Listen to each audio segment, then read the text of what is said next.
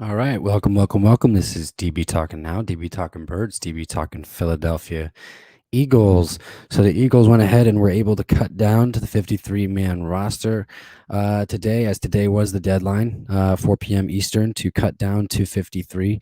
Some of the surprising cuts that I want to talk about is obviously running back Jordan Howard. Wide receiver Travis Fulgham is probably the other one, not as surprising as Jordan Howard, only because everything that we heard throughout camp, throughout the preseason, things like that. Jordan Howard had solidified himself as the runner up, as the backup to Miles Sanders throughout the entire camp. So to see that he got released was a complete shocker. And again, Talks Falcons, welcome to the chat, my man. Happy Tuesday, my dude.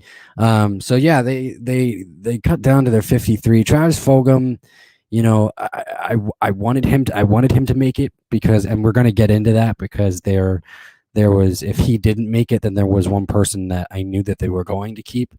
So we're going to get into that a little bit, and his name is J.J. Arcega-Whiteside.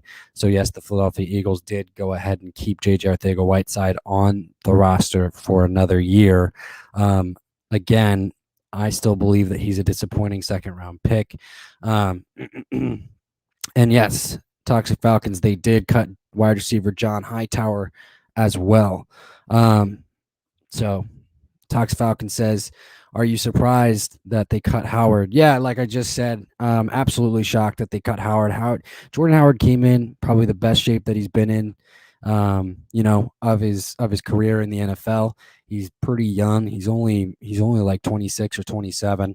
Did a phenomenal job. Impressed the coaching staff a ton. It seemed like they had a lot of good ideas, and that he was going to be heavily involved in the offense, because if we remember correctly, when Nick Sirianni was a part of that Indianapolis Colts coaching staff last year, they had that other power runner next to Marlon Mack, I believe it was, if I'm not mistaken. So Jordan Howard was supposed to be kind of that guy. But let's go ahead and talk about it. I mean, obviously, they got Jalen Hurts, Joe Flacco, and the most recently traded for Gardner Minshew from the Jacksonville Jaguars, which I still believe that we won that trade. A conditional sixth round pick to the Jaguars for Gardner Minshew, who has about 37 passing touchdowns against 11 interceptions in his career, and is capable and has already proven that he's more than just a sixth round pick. And Tox Falcon says, congratulations on 60 subs before we get started. Oh, thank you, man. Thank you. Yeah, I noticed that just the other day. I was like, oh, man, 60 subs. Wow. Thank you. Running back, obviously Miles Sanders, he's just too good. You know what I mean? Obviously, he's always going to make the team. He is the starting running back. I just wish he could just get back to catching the ball out of the backfield better, like he was his rookie season. But that leads us to our next running back, right? Who we drafted this year, who does that really well, who does both things really well, runs the ball and catches the ball out of the backfield extraordinarily well, can be used as a passing weapon as well. And that is Kenny Gainwell. And then also Boston Scott made the team. I mean, he's a shoo-in. He was a lock as well. So these three, we kind of knew that they were locks. But again, it's hard not to talk about these three running backs being locks and not bring up Jordan Howard again, because I thought Jordan Howard was going to be a lock. We thought that they were going to keep four running backs, and they didn't. They went three, and that's okay. That's okay, because they went heavy at the offensive line. So we knew that they were going to go heavy at one of the positions, and they went heavy along the offensive line. So we'll get into that when we get there as well. Wide receiver, this was kind of the debate all along. Are they going to keep six? Are they going to keep five? Is there enough talent to even keep 5 or 6? And yeah, there definitely wasn't enough talent to keep 6. A lot of the guys, the guys that did get cut were kind of guys that were fan favorites and we wanted to see develop. Obviously, talking about wide receiver John Hightower, who just kind of missed camp a lot, kind of missed the majority of camp, but had shown some flashes last year. Travis Fulgham, obviously, we were very well aware of what he did for us last year, was our leading receiver, last year. And we just wanted to see him get better. Unfortunately, Travis Fulgham just didn't do much in camp or in the preseason. And so John Hightower, both wide receivers, John Hightower and Travis Fulgham, got cut, along with, one of the recent acquirees going into or acquisitions going into camp, wide receiver Andre Patton. He was also cut as well. So that leaves us with Devante Smith, obviously our 10th overall pick, Jalen Reagor, first round pick from last year, and obviously star in the making, who I believe is a star in the making, who's going to have a huge breakout year, Quez Watkins. So those top three obviously are going to be the breakout three, and that's what I'm really excited about. And then Greg Ward, just consistent, gets open, great route runner, does a phenomenal job, has a great work ethic. So had a feeling that they were going to keep Greg Ward. But again, I hate to see JJ Arcega-Whiteside on this list. I just hate to see JJ Arcega-Whiteside on this list. And you know what? I know why they kept JJ Arcega-Whiteside. And they kept JJ Arcega-Whiteside because he had a good game that last preseason game, and he's a second round pick that they were very high on. And Howie Roseman continued to get heat because you had DK Metcalf right there, and if JJ Arcega-Whiteside shows 1 ounce of promise, which he did in the third preseason game, Howie Roseman is going to find a way to keep him. Again, I don't see anything changing for JJ Arcega-Whiteside. I think JJ Arcega-Whiteside is going to continue to disappoint us. So we'll see. He's not out of the darkness yet. They might sign somebody that could possibly replace him. So we'll just have to see. There's more cuts obviously around the league that happened, and there's guys on the waiver wire that we're going to end up talking about as well. So there's a lot of things that we'll get into. They did go heavy at the tight end position, which I was really happy about. And I'll tell you why I was happy about it. I think I was excited about the development of quarterback turned tight end Tyree Jackson, who unfortunately suffered an injury and is going to be out 8 to 10 weeks. But you do not want to risk that guy going to another team and that team turning him into a superstar, because I do believe that we got something in that guy. So when he comes back, I'm hoping to see that development continue. And then they also kept Jack Stoll, undrafted rookie Jack Stoll, who showed me, some Brent Selleckisms, in the preseason. He fights for the extra yards. He seeks contact. He doesn't mind getting into the heat of the battle while trying to pick up yards. And that's good news. That's a good sign. And he looks like he's a bully. He's a bully at the tight end position. And that's what we always loved about Brent Selleck. He always found a way to pick up those extra yards by being a bully on the field. And then obviously we have Zach Ertz and we have Dallas Goedert. Again, talking about Zach Ertz, my belief is I think the Eagles are going to need to get what they want before the trade deadline for them to move Zach Ertz at this point. I don't think that, and I don't know if they're going to do that, but we'll just have to see. I expect Zach Ertz to have a bounce back year. Zach Ertz only had one bad year, and that was last year, and he was doomed by injuries. He was plagued by injuries. I'm not sure, and I said this all along. I said this, at the end of last season, is I still haven't seen enough from Dallas Goedert. Everybody's on the Dallas Goedert train. Like, yes, have I seen enough to say, oh, okay, that guy has upside. That guy is athletic. But he was sharing snaps with Zach Ertz before. And so in a full-time starting tight end position for Dallas Goedert, I don't know. I don't know what he can do. Can he stay healthy for a full season? For a full season's worth of snaps? Who knows?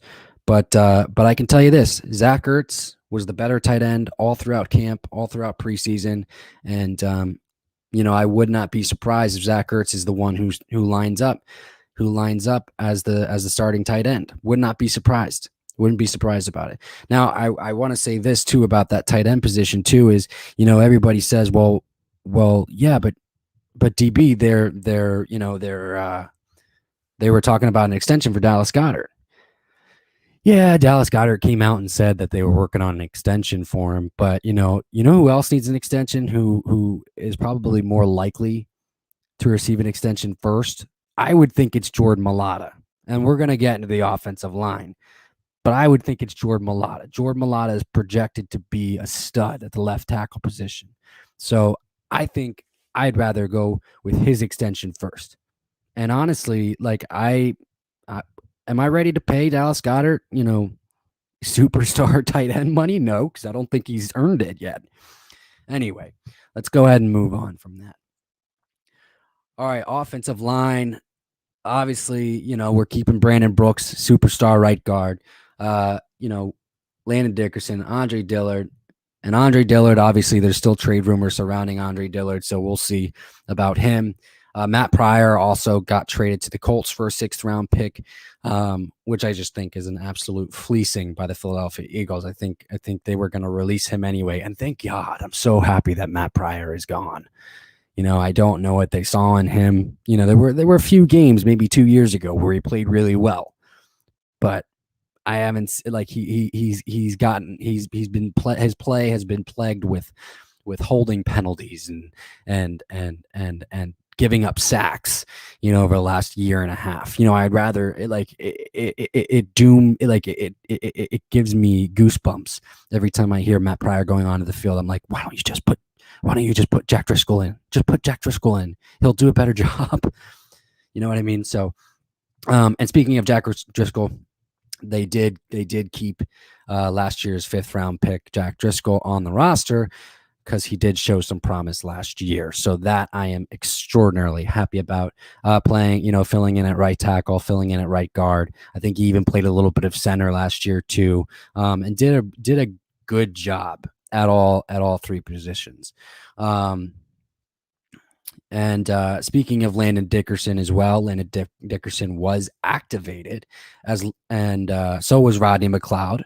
So those guys will be active and will participate in practice a little bit. So that's kind of cool. That's good news. So they will be on the active 53-man roster and not put on any PUP list or anything like that. Nate Herbig is another offensive lineman that they kept. They kept a total of 10 offensive linemen, guys, and obviously Lane Johnson, Jason Kelsey, Jordan Mailata, and Isaac Samalu and Brett Toth. And Brett Toth obviously was a guy that we knew that they wanted to keep. So they pretty much just kept all the starters and then their backups. And I think the biggest surprise, honestly, as far as releases were concerned for the offensive line was probably, the guy the former offensive lineman from the Colts, that we brought in to be our swing tackle, which was LeRaven Clark. Was not expecting LeRaven Clark to be released. But I do know this is that he had some camp injuries as well. He didn't participate as much. So there were just other guys that they felt better about. And I'll go through this list again. There's obviously the starters. But Nate Herbig, Brett Toth, and Jack Driscoll, and Landon Dickerson. So those are your backups. Those are your backups right there.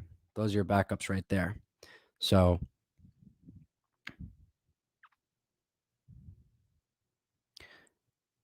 now moving on to the defensive end side, we got Derek Barnett, Brandon Graham, Tehran Jackson, Ryan Kerrigan, and Josh Sweat.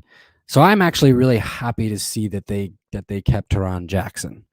I really like that guy going into the draft. And so he was one of those guys that we talked about a little bit, not a lot of bit, but a little bit enough for me to say, hey, if we can get that guy in the later rounds, I would be happy about it. And then lo and behold, the draft felt so long that when it came to be, when we drafted him, I completely forgot. I was like, oh my God, we just got Tehran Jackson. So Tehran Jackson, they played him a lot in the preseason, and did a really good job. It had a phenomenal third preseason game.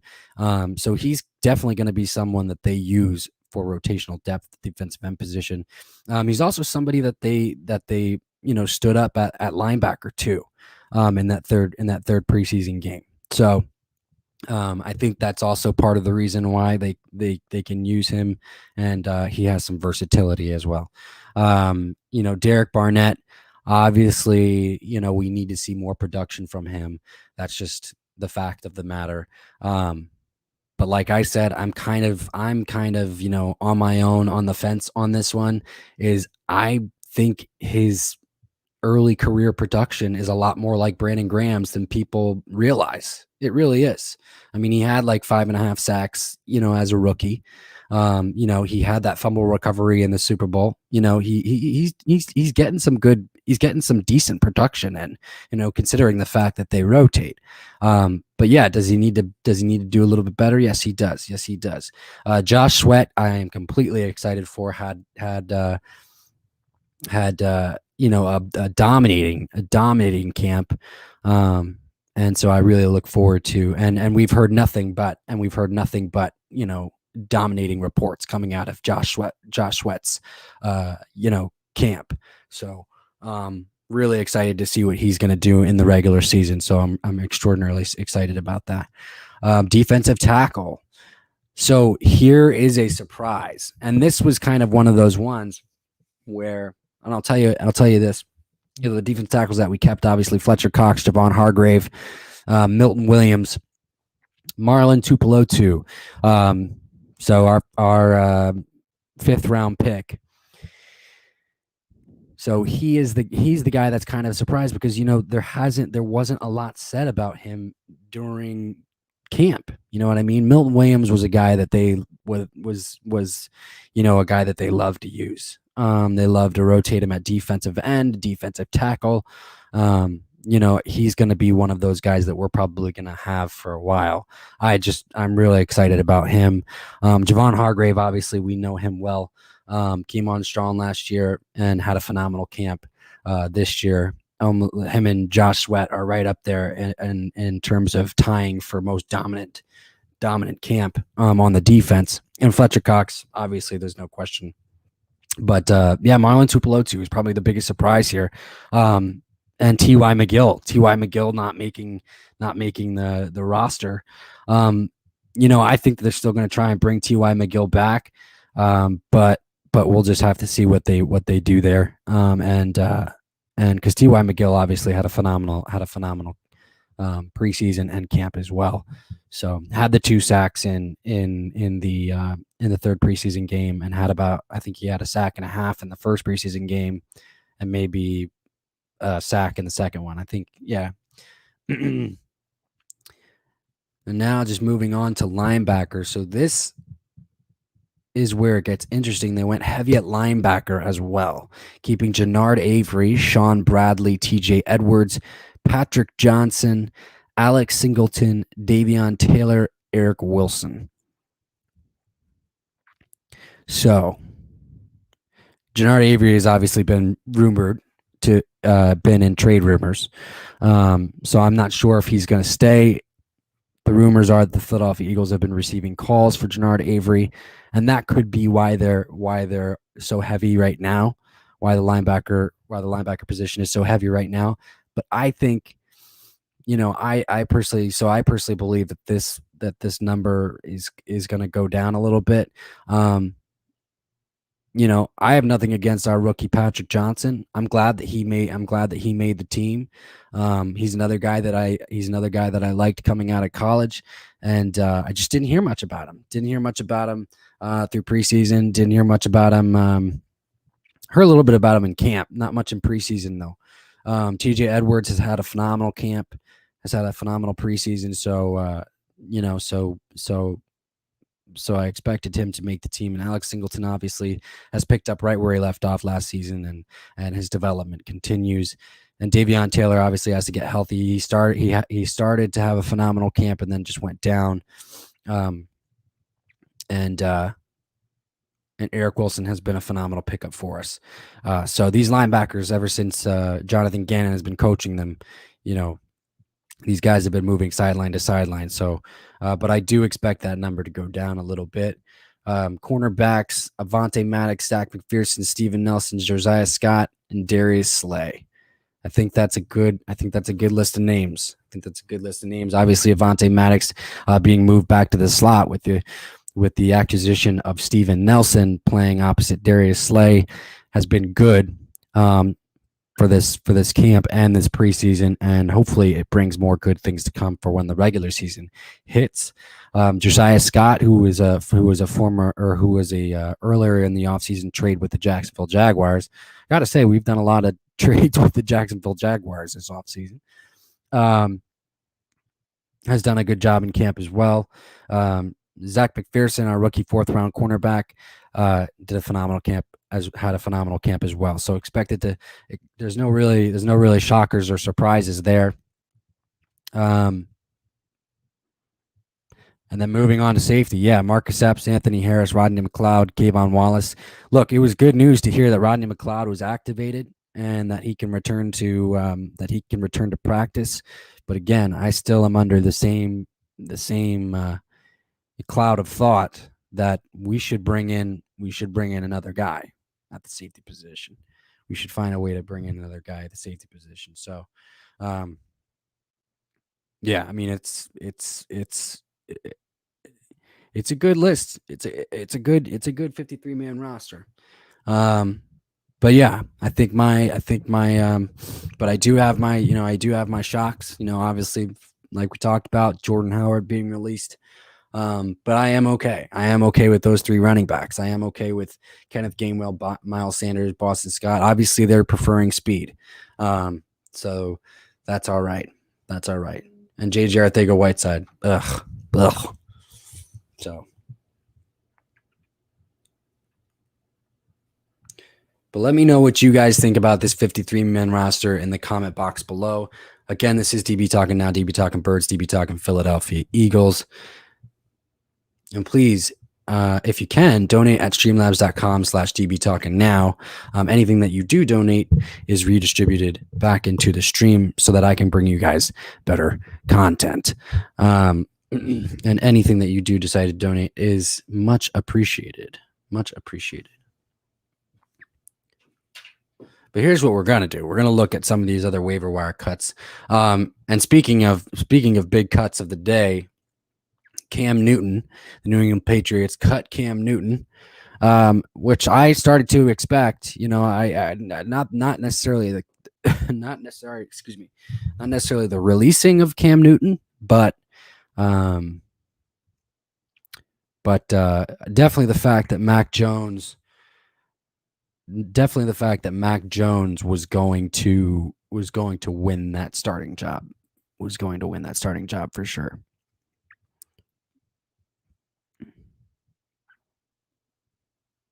But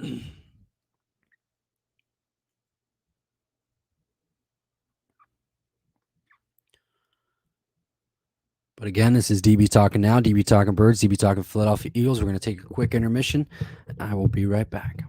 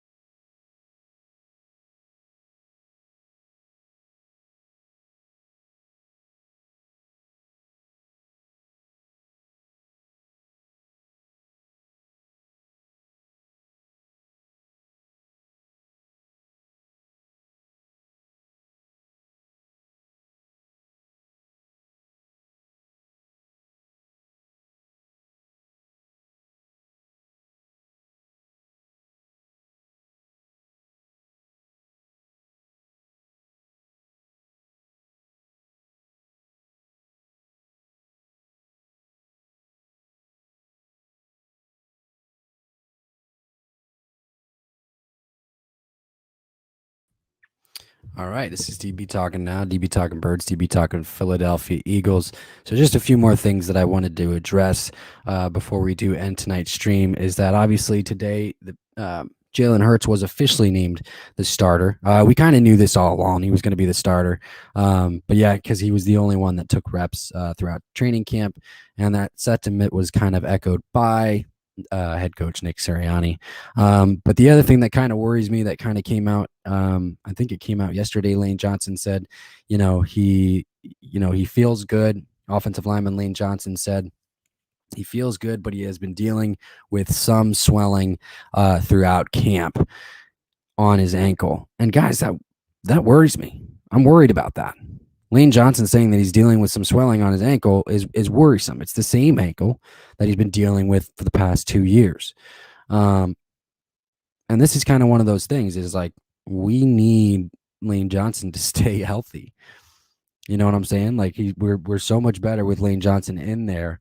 But this is the same ankle that's been plaguing him for 2 years. So,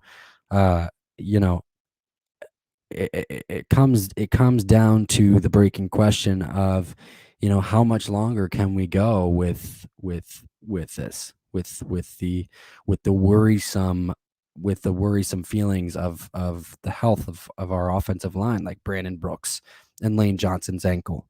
It's not like Jason Kelsey where he can just go in there and just be a stud. But we're dealing with other things too, like retirement on his end. Anyway, I don't want to get there quite yet, but I do just want to say it's worrisome. And it's worrisome because how do we know it's not going to continue to linger? How do we know it's not going to continue to be a thing? Yeah, he's dealing with swelling, and we saw him running through the woods, in the off season. So, I mean, if you have ankle issues and you're running through the woods, which is uneven ground, I don't know. I feel like this is going to be a thing, and we're going to have to watch Lane Johnson sit out with the ankle injury later sometime this year. But hey, that just is going to mean more playing time probably for Jack Driscoll or one of these other guys. Jack Driscoll came in and filled in for Lane last year and did an okay job. So, we'll just have to see. We'll just have to see how this all pans out. Hopefully Lane doesn't have to, leave the starting lineup at all this year. But it is something that worried me. Anyway, DB talking now. DB talking Philadelphia Eagles. You guys, thank you so much for joining. Stay safe, stay healthy. One love. Have a good night, and go Birds, baby.